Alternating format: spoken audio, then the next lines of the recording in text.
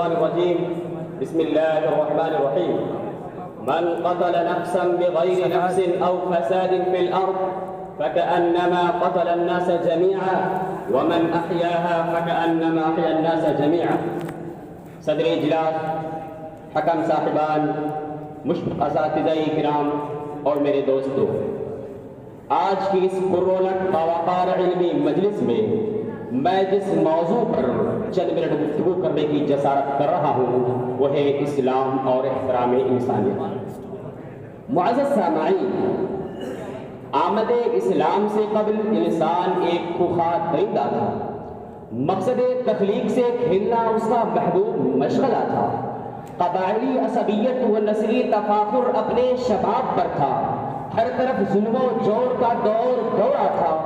انسانیت دم توڑ چکی تھی اور حوا کی بیٹیاں کرا رہی تھی، جسے دیکھ کر انسانیت اپنا منہ چھپا لیتی تھی.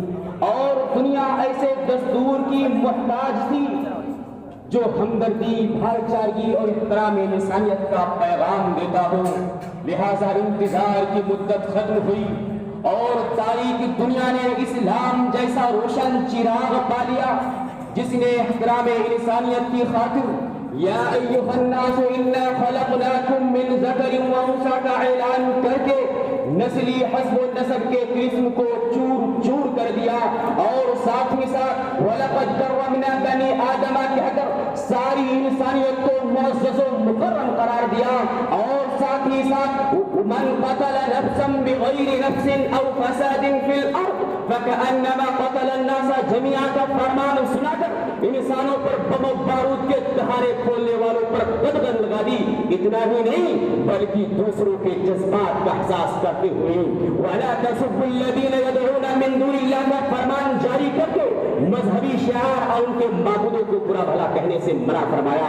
اور تو اور وَمَنْ أَحْيَاهَا فَكَأَنَّمَا أَحْيَا النَّاسَ جَمِيعًا کا ایسا فارمولا عطا کیا جس سے پوری انسانیت کے تئیں اسلامی انسانیت نوازی کی تصویر ابھر کر آتی ہے. سامعین نظام، اسلام ہی وہ واحد مذہب ہے جس نے احترام انسانیت کی خاطر لا تباغضوا ولا تحاسدوا ولا تدابروا وكونوا عباد الله اخوانا اور لا يغتب بعضكم بعضا کے ذریعے بدامنی پھیلانے اور ایک دوسرے کو ٹھیس پہنچانے والے تمام عناصر پر روک لگا دی.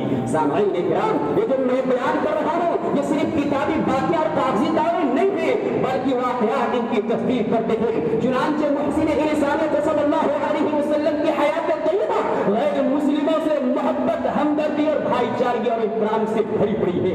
ایک مرتبہ اللہ کے رسول صلی اللہ علیہ وسلم کہیں جا رہے تھے کہ ایک بدو دیہاتی پیچھے سے آ کر آپ کی چادر مبارک اتنی سختی سے کھینچتا ہے امام الانبیاء کی قدر مبارک سرخ ہو جاتی ہے.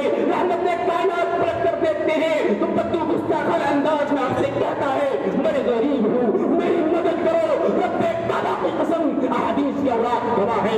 امام الانبیاء خفا نہ ہو کر خزانچی سے کہتے ہیں کہ ایک اوپر جاؤ اور ایک اوپر کھجور دے لو. اللہ اکبر! اتنی محنت اور اتنے اچھے انداز میں اسلام نے احترام انسانیت کا سلیقہ سکھایا. مگر افسوس کہ آج ہم احترام انسانیت کو حقیر سمجھتے ہیں. بلکہ یہی نہیں جناب، بخاری کی روایت کے مطابق ایک یہودی کے جنازے کے احترام میں امام کائنات صلی اللہ علیہ وسلم کھڑے ہو جاتے ہیں. صحابہ اکرام رضوان اللہ علیہم اجمعین عرض کر بیٹھتے ہیں اے اللہ کے رسول صلی اللہ علیہ وسلم، غیر مسلم کے لیے ایسا احترام کیوں؟ امام الانبیاء کا جواب سنیے. امام الانبیاء کیا فرماتے ہیں؟ آپ نے فرمایا کیوں، کیا وہ انسان نہیں ہے؟ اللہ اکبر! حضرات گرامی، یہ ایسے حقائق ہیں جو اپنے شریف رکھنے والوں پر اس بات کا قائل کرتے ہیں، یہ کہنے پر مجبور ہو جاتے ہیں کہ اسلام ہی احترام انسانیت کا علم بردار ہے. لیکن افسوس اور افسوس، اتنے سارے واضح فرامین کے باوجود اسلام پر عدم رواداری، سختگی اور نفرت پھیلانے کا الزام لگایا جاتا ہے. میں پوچھنا چاہتا ہوں ٹھیکیداروں سے کہ آپ صلی اللہ علیہ وسلم کا فتح مکہ کے دن لا تثریب علیکم اليوم اذهبوا فانتم الطلقاء کا فرمانا سنا کر اپنے خون کے پیاسوں کو عام معافی کا اعلان کرنا انسانیت نوازی نہیں ہے تو کیا ہے؟ اور علیہ دماغکم واموالکم واعراضکم حرام علیکم کحرمت یومکم ھذا کا فرمان سنا کر ایک دوسرے کی عزت و آبرو کو حرام قرار دینا احترام انسانیت نہیں تو اور کیا ہے؟